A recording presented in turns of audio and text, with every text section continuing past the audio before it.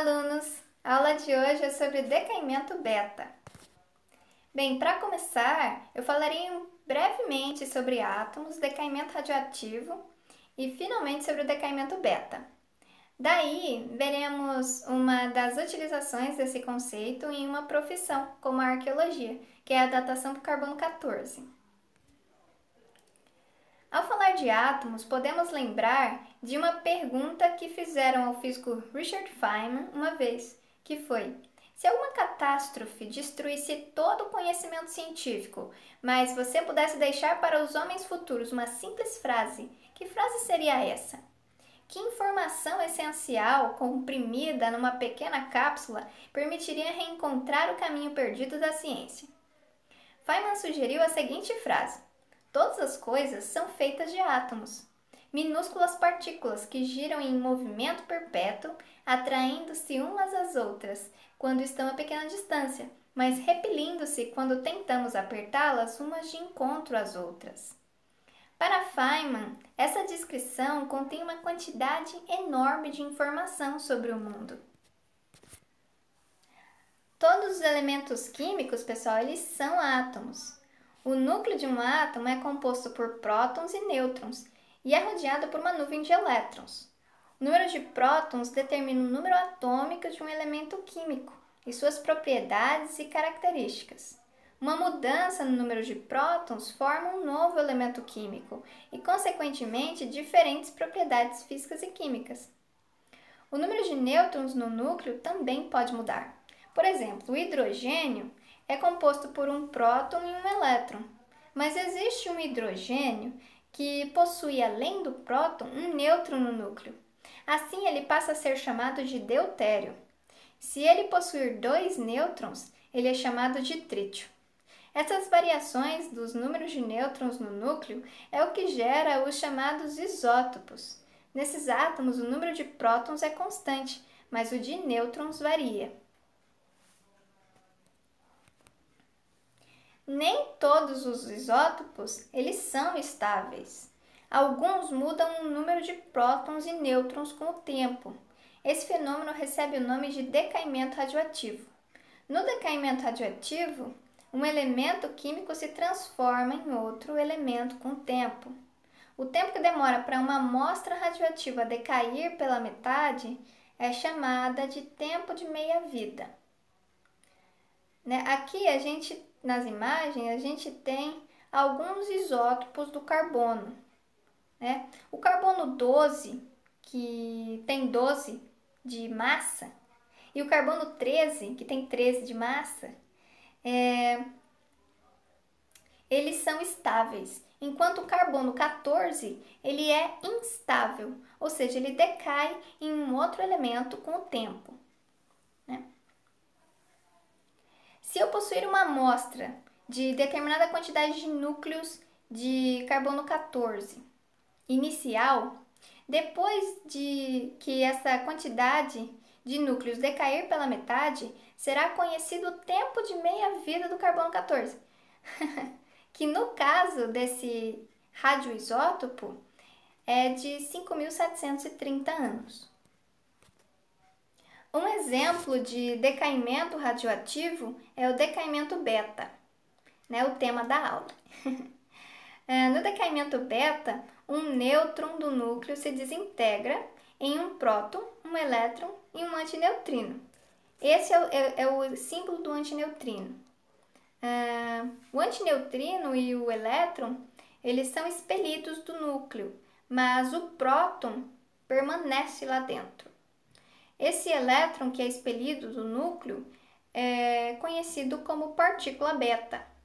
Nesse decaimento, o número de massa se mantém, mas o número atômico é alterado. Um exemplo de decaimento beta acontece com o carbono 14. O carbono 14 ele é produzido na atmosfera pelos raios cósmicos que interagem com o nitrogênio e transformam alguns de seus átomos em carbono 14. Enquanto o carbono 14 é produzido, ele se transforma espontaneamente de volta no nitrogênio. Essa é uma característica muito interessante desse radioisótopo, porque ele decai no mesmo átomo que o formou. Essa ideia ela é muito importante para a datação, porque é como se a quantidade desse carbono 14 ela fosse estável na atmosfera, né? Com o decorrer dos anos, essa quantidade de carbono 14 ela não é alterada, existe um equilíbrio aí por causa dessa formação, né? De ele decair no mesmo elemento que o formou com o tempo. Então, aí uma das aplicações que se dá para esse conceito de meia-vida, esse conceito de decaimento radioativo por beta e por do carbono 14, ele é utilizado na arqueologia. A arqueologia ela estuda as culturas humanas e as civilizações, principalmente dos últimos 10.000 anos. Né? É estudado desde coisas produzidas por essas civilizações, como armas, cabanas, pinturas rupestres, a alimentos que eles comiam ou a própria ossada dessas pessoas, né? Então, uma das técnicas mais importantes presentes na arqueologia é a datação por carbono 14, né? Essa técnica é muito importante para a arqueologia. E ela pode ser usada em amostras que contêm carbono, como por exemplo, objetos de madeira, carvão, ossos, tintas que derivam de plantas, etc. O processo de datação por carbono 14, ele começa com a medição do carbono, né, desse carbono que é levemente radioativo, nas amostras coletadas. Para se obter melhores datações por essa técnica em ossos, são escolhidas amostras dos ossos maiores do corpo, como o fêmur, a tíbia, a mandíbula e a placa craniana. A proporção de carbono 14 na amostra examinada dá uma indicação do tempo decorrido desde a morte da fonte da amostra. O método por carbono 14 usa o fato de que os organismos vivos eles respiram o ar atmosférico e acabam entrando em equilíbrio com a concentração de carbono presente na atmosfera. Quando um organismo morre, a troca com a atmosfera para de ocorrer, né? E o equilíbrio ele é rompido. A partir desse ponto, o carbono que decai no corpo morto não é reposto. Né?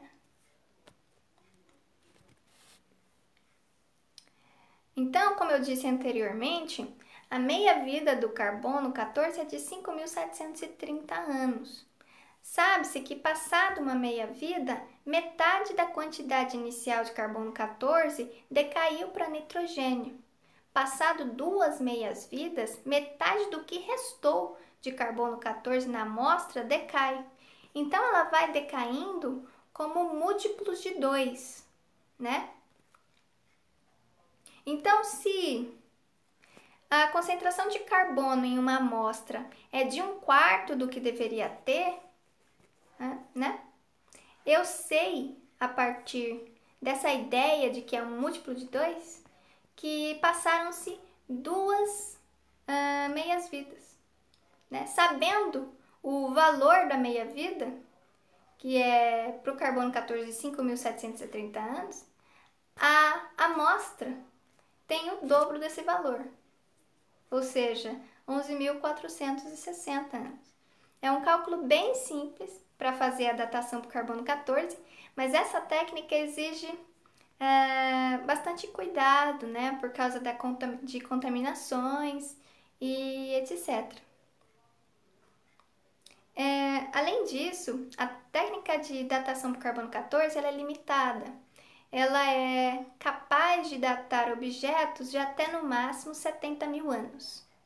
Mais do que isso, a quantidade de radioisótopos desse elemento é muito pequena na amostra, então não é preciso, né? Por isso, para fósseis como dinossauros, né, e minerais, que são bastante antigos, com formações antigas, né, são usadas outras técnicas e outros radioisótopos com uma meia-vida mais longa, tipo de bilhões de anos, por exemplo.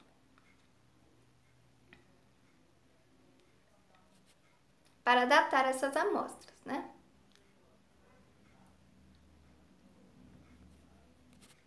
Então é isso, essas são as minhas referências. Eu espero que vocês tenham gostado e entendido. Obrigada!